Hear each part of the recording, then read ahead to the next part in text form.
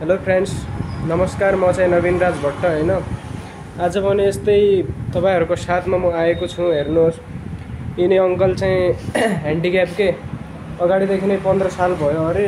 खुट्टो पनि यस्तो छ अंकलको। अंकल घर कहाँ हो तमले? डडेलधुरा। डडेलधुरा। अनि घरमा कोही छैन भन्नुभयो? घरमा त अब मेरो त छोरी त छ, दुईटा छोरी छन्। हजुर, दुईटा छोरी छन्।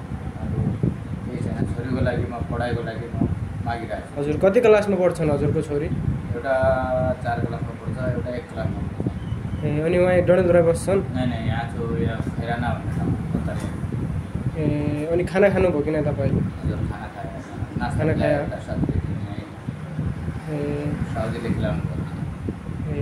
उनको लागि अङ्कल। अनि हजुर चाहिँ दिनभरि यसरी नै जानुहुन्छ? हजुर, यसरी नै मागेर अब छोरीको पढाइको लागि, उनको पढाइ खर्चको लागि त गर्नु पर्यो। केही न केही अब के गर्ने।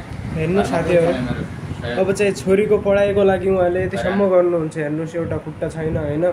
अब यस्तो ह्यान्डिक्याप मान्छे लट्ठी टेकेर यताउति जानुहुन्छ। अनि यहाँ कञ्चनपुरको घाममा, अनि यस्तो चिसोमा बिहान बेलुका, अनि चाहिँ बसाइ त किरायमा भाडामा बसेको छु। भाडामा बस्छ अङ्कल? हजुर। अनि चाहिँ कि एक ठाउँतिर बस्या भएको हेल्प नै गर्दा त्यसो पुरो हेल्प गर्दै हजुर। त्यो हेल्प गर्दै त म यहाँ किन दुःख गर्दै थिएँ, किन यसो गर्दै थिएँ।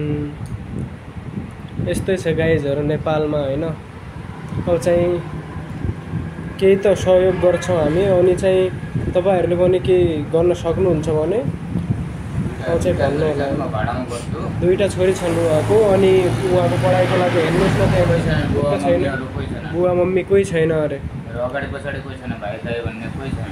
म एक्लै हो। मेरो छोरी छन्, बुढी छ। बुढी पनि अब ऊ अब के गर्ने हो, त्यस्तै हो भनौँ। त्यही त अङ्कल होइन। यस्तै छ साथीहरू। हेर्नुहोस्, त्यहाँ अङ्कलको एउटा खुट्टा मात्र छ। मागिरहेको छु।